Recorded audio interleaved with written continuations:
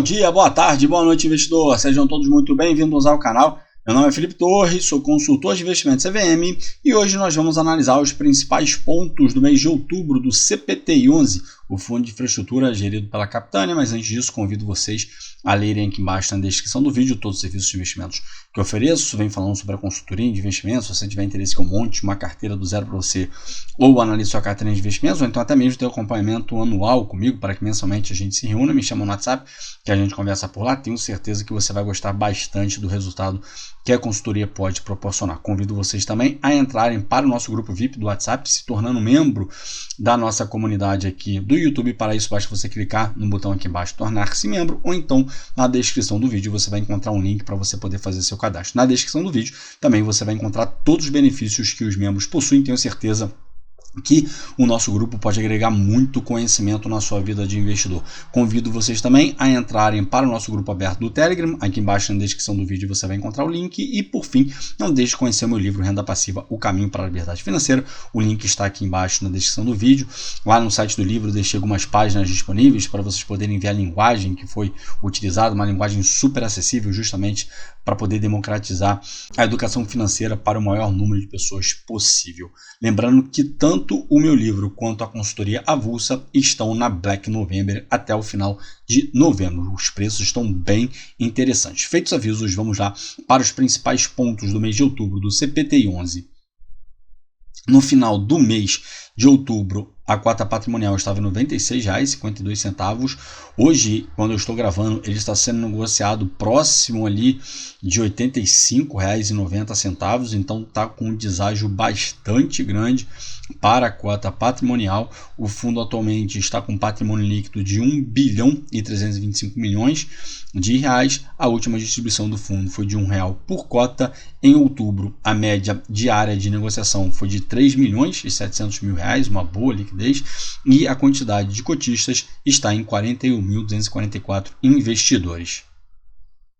Atualmente, a carteira do fundo está com 70 ativos, com um carrego de IPCA mais 9,26% ao ano. Lembrando que esse carrego é em relação à cota patrimonial. Com o deságio que ele está sendo negociado hoje, esse valor está superando IPCA mais 10,5% líquido. Tá? Então, se a gente fosse fazer um comparativo ali com a NTNB, por exemplo, ia ficar ali algo próximo de IPCA mais 12,3%, enfim, então um carrego ali no preço atual bastante interessante. A duration da carteira do fundo está de 4,1 anos, o rate médio dos ativos AA-. Como a gente viu, o último rendimento que foi distribuído foi de R$ 1 por cota, o que representa um dividend yield de 13,54% ao ano. Desde o início do fundo, o fundo já realizou R$ 52,85 de distribuição, uma média de R$ 1,20 por mês. Nos últimos 12 meses, o fundo está com dividend yield de 15,24%. No mês de outubro, a parcela de juros representou 72% do resultado, enquanto a atualização monetária e ganho de capital corresponderam a 7% e 21% respectivamente. O que seria o juros? Juros é a componente pré-fixada que se tem ali na debênture, na NTNB. Então, por exemplo, IPCA mais 6, IPCA mais 7, IPCA mais 8, esses números, 6, 7, 8, representa aqui a parte de juros. Tá? A atualização monetária é o próprio índice. Então, se a gente estiver falando de um ativo indexado ao IPCA, foi quanto o IPCA rendeu no período, e se nós estivermos falando de CDI, é o quanto o CDI rendeu ali naquele período. E ganho de capital em relação à marcação de mercado positiva, fechamento de spread de crédito. No final de outubro, o fundo estava com um spread sobre a NTNB de equivalência de 2,58%. No mês de outubro, o fundo realizou aqui algumas movimentações. Foram adquiridas 4 debêntures com uma taxa média de IPCA mais 9,87%. Isso aqui foi no mercado primário. Tá? No mercado secundário, foram realizadas ali compras com uma taxa média de IPCA mais 8,6% e realizadas algumas vendas com uma taxa média de IPCA mais 9,05%. Mais embaixo nós vamos ver quais foram essas movimentações. A gestão vem informando aqui uma movimentação bastante interessante.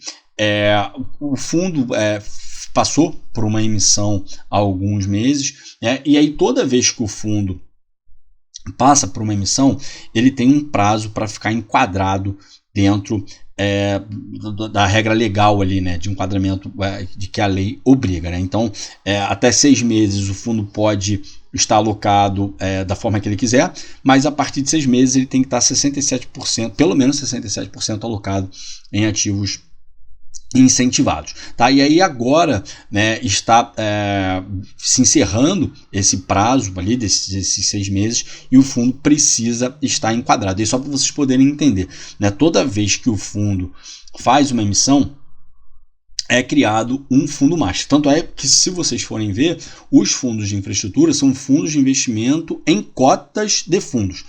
Justamente por conta disso, porque eles investem em cotas de outros fundos. E aí, toda vez que faz uma emissão, o fundo cria um fundo master justamente para que ele tenha esse período para se enquadrar dentro da regra legal. Porque se ele não fizesse isso, né, assim que ele fizesse a emissão, ele já estaria desenquadrado. Então, toda emissão que ele faz, ele cria um fundo master e aí tem esse período ali para poder obedecer essa regra de enquadramento. E aí o que ocorre aqui, né, como eu falei antes, né, já está se encerrando esse prazo de 6 meses, então o fundo tem que estar pelo menos 67% alocado em ativos incentivados da 12431. E como a gente viu no mês de outubro, a gente viu isso em outros relatórios, né, também falando que houve ali uma estabilização nos spreads e até mesmo alguma abertura no spread de crédito, ou seja, uma certa desvalorização das debêntures, o fundo aqui, de forma assertiva, ele resolveu reduzir a exposição em alguns ativos que tinham essa possibilidade de sofrerem essa correção, tá, por conta dessa abertura do spread de crédito. E só lembrando, quando tem uma abertura no spread de crédito, a média debênture se desvaloriza. Quando tem um fechamento no spread de crédito, a média debênture se valoriza. Tá? Eu fiz até um vídeo sobre isso aqui no canal, vou deixar o card aqui em cima. Depois, quem tiver interesse, basta clicar no link para poder assistir. Então, voltando para cá, eles então, de forma aqui acertada, né, fizeram essa redução nessa exposição nesses ativos que podem sofrer com essa correção e, por outro lado, aumentaram a concentração em operações que foram originadas e estruturadas pela própria Capitânia. Por que disso daí? Porque dessa forma, esses ativos, normalmente quando eles são originados e estruturados pelas gestoras, dependendo do ativo, ele vai ter uma liquidez baixa no mercado secundário. E aí, ele tendo uma liquidez baixa no mercado secundário, ele fica menos sensível a essa abertura e fechamento de spread de crédito. Então, ele consegue ter um carrego maior, porque ele vai estar participando da originação e estruturação, e aí com isso daí ele consegue botar uma taxa maior, porque são eliminados alguns players, né, dessa emissão. E, por outro lado, pelo fato de eu não ter uma liquidez grande no mercado, né, dessas debêntures, elas não são suscetíveis, elas não ficam suscetíveis nessa questão de abertura e fechamento no spread de crédito. Então eu consigo ter um carrego maior, porque elas vão ser emitidas com uma taxa ali maior, né, por conta de ter sido originada e estruturada pela gestora, e por outro lado elas não vão se desvalorizar por conta da abertura do spread de crédito. E aí eles informam aqui ainda, né, resumindo isso tudo que eu falei, que dessa forma, né, o fundo absorveu parte do movimento de compressão. Então, no momento em que as debêntures estavam tendo esse spread comprimido, estavam se valorizando, o fundo surfou esse movimento, né? E agora, com essa tendência de reversão nessa compressão, que está passando para uma abertura, o fundo encerra o mês com uma carteira bem posicionada para uma eventual inversão, que foi isso que eu falei para vocês, desse ciclo, mantendo um carrego mais atrativo por conta de ter aumentado a exposição ali em ativos originados, estruturados pela Capitânia, e também com uma diversificação ali interessante que traz uma segurança para o fundo. A gente viu lá em cima, né, que o fundo atualmente está com 70 ativos em carteira. Em outubro, o fundo, aqui até então, né, tinha registrado a mínima histórica dele, que era R$ 86,70, só que hoje, quando eu estou gravando, como eu falei para vocês, ele está sendo negociado próximo ali de R$ 85,90. Nesse valor de R$ 86,70, representava um deságio de 10,6% para o valor patrimonial e um carrego líquido superior a IPCA mais 10,5%. Nesse valor de 86,7, né, de R$ 86,70. Hoje, quando está sendo negociado ali em R$ 85,90, mais ou menos, esse carrego aqui já provavelmente está ali superando ali os 11%, tá? IPCA mais 11%, e o deságio está maior ainda, né? E lembrando que isso aqui é líquido, tá? Líquido. Então, enfim, é um retorno bastante expressivo. A gestão vem informando aqui que, devido a esse deságio enorme, né, que a cota está sofrendo, ela começou a trabalhar junto com o administrador do fundo a possibilidade de recompra de cotas do fundo, assim como o BODB também está fazendo, né? O BODB, enfim, fez a consulta à CVM para ver se seria autorizado. O BDIF, né, já realizou algumas recompras ali de cotas, inclusive o BDIF está no segundo programa de recompra de cotas, né? E nesse segundo programa ali, ele efetivamente recomprou algumas cotas. E aí eles vêm explicando aqui, né, que o principal benefício da recompra de cotas a preços descontados, claro, e aí as cotas elas são compradas, mas o fundo tem a obrigação de cancelar essas cotas, tá? Não pode manter essas cotas em tesouraria, beleza? E aí essa recompra, né, de cotas, ela serve para gerar valor para os cotistas, porque vai aumentar o valor patrimonial do fundo e, além disso, também tem um aumento no dividend yield. Então, realmente, eu acho bastante saudável, tá, essa questão de recompra de cotas. Claro, tem que saber, né, que momento comprar, o deságio, se vale a pena ou não, mas fazendo isso dentro ali de um cenário que vai ser favorável para os cotistas, né, e não para o fundo, eu acho extremamente benéfico. Aqui a gestão vem trazendo um ponto importante sobre o curtailment, é um assunto que vem, enfim, trazendo uma certa preocupação para os cotistas nas últimas semanas. E aí, aqui, né, de forma resumida, eles informam que a carteira do fundo possui apenas 3% de exposição a ativos que poderiam ser afetados pelo curtailment. Contudo, mais da metade dessa exposição está em ativos com confiança bancária de bancos de primeira linha, tá? Então, enfim, tem ali uma garantia por conta dessa situação, e o que não tem essa garantia, né, que não tem essa fiança bancária, está associado a projetos já maduros e que já estão performando. Então, e aí nessa situação, né, eles têm ali o respaldo dos acionistas por trás dessa questão. Dessa forma, o fundo não espera nenhum impacto relevante decorrente do curtailment.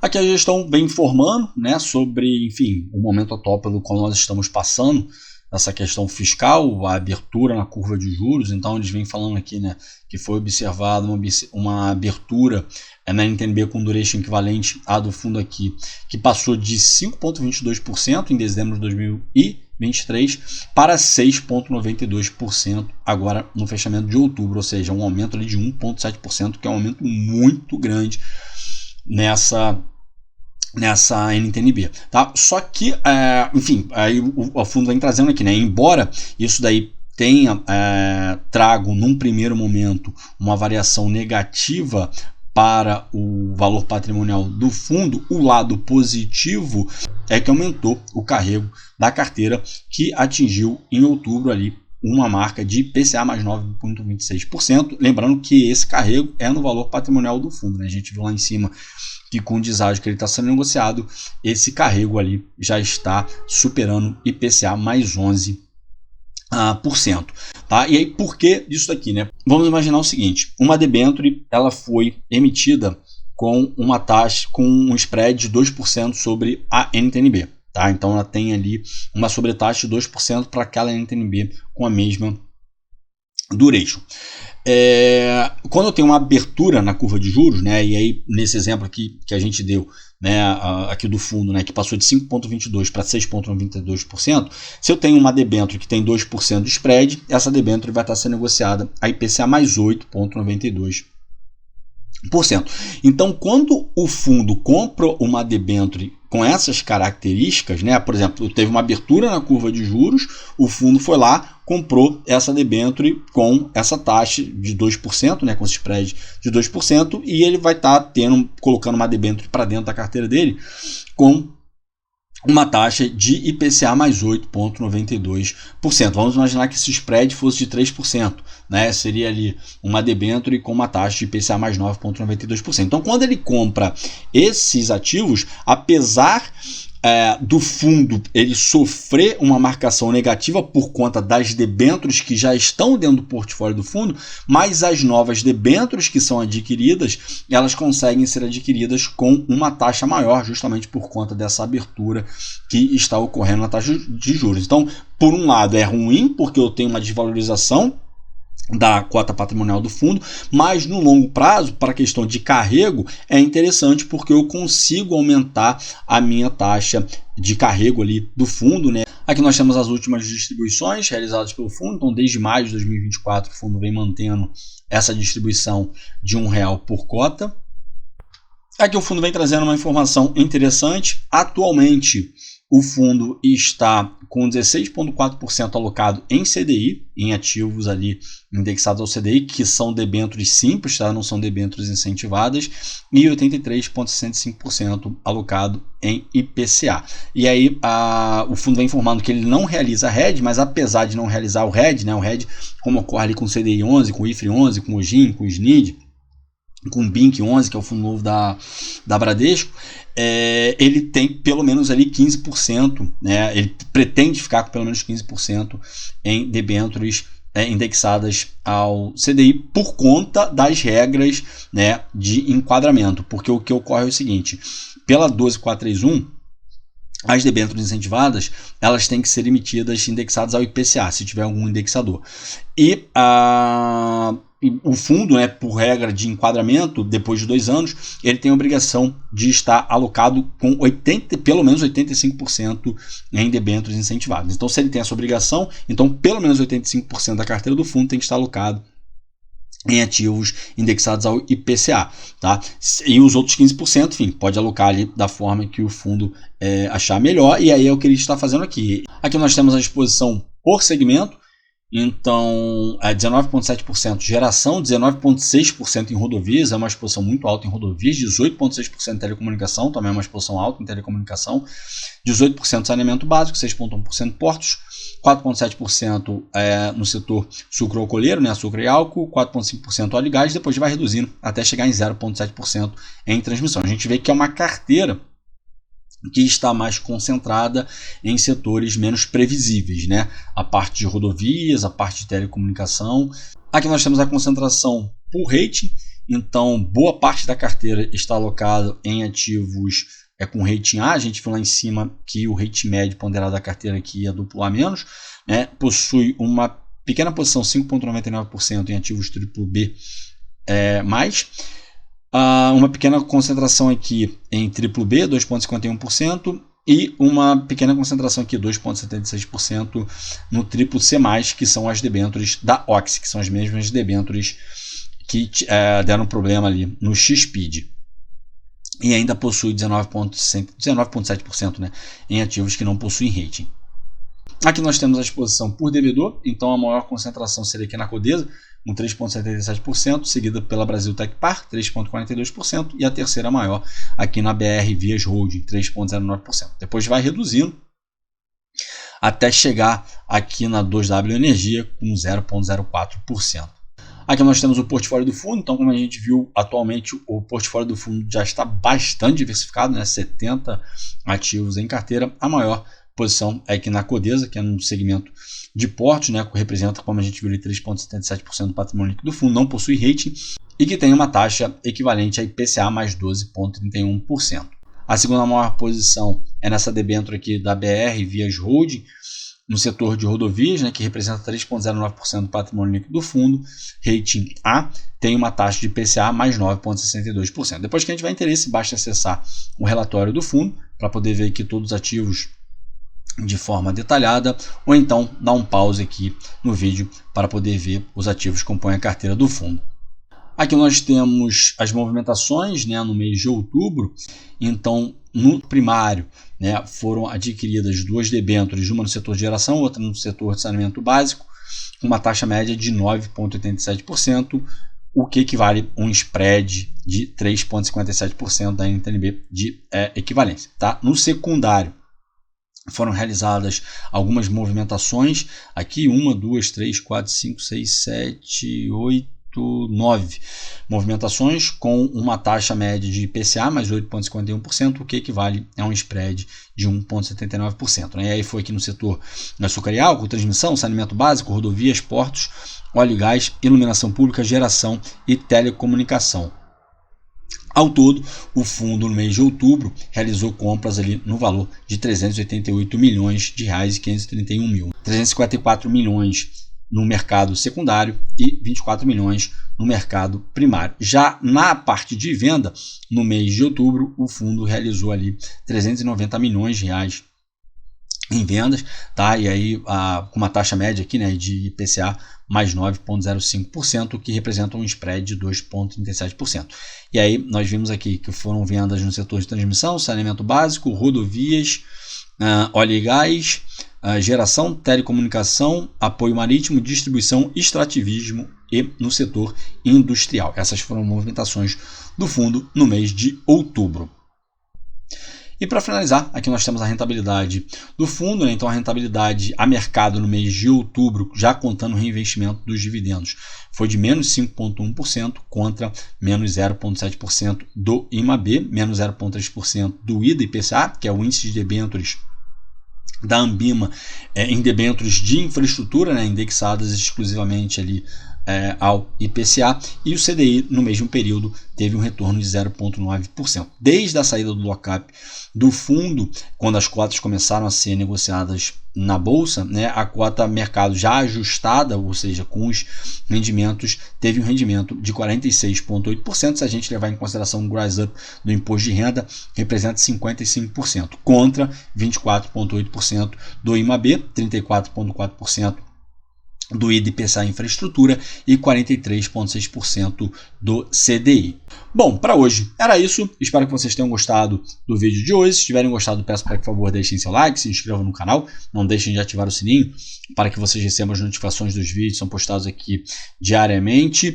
O CPTI está sendo negociado com um deságio ali interessante, né? A gente viu que o carrego do fundo também está bem interessante. Claro que não é nenhuma recomendação nem de compra nem de venda, cada um tem que saber fazer essa análise para poder ver se o risco que o fundo tem está condizente com retorno, está dentro do seu perfil de investidor, dentro do seu objetivo, mas é inegável que o deságio que ele está sendo negociado aqui é um deságio bastante grande, né? A gente viu que o fundo, pelo menos até agora, não está com nenhum problema nas debêntures que compõem o portfólio do fundo, segundo aqui a gestão, né? O carrego do fundo está com um carrego também interessante. Deixa aqui embaixo nos comentários se você está aproveitando para comprar o CPTI, enfim, se você está meio cabreiro ali para estar comprando fundo devido a essas quedas, né, que o fundo vem apresentando nos últimos meses. Deixa aqui embaixo que a gente interage ao longo dos próximos dias. Se você também tiver alguma sugestão de ativo para ser analisado, então algum tema específico para ser abordado, deixa aqui embaixo nos comentários,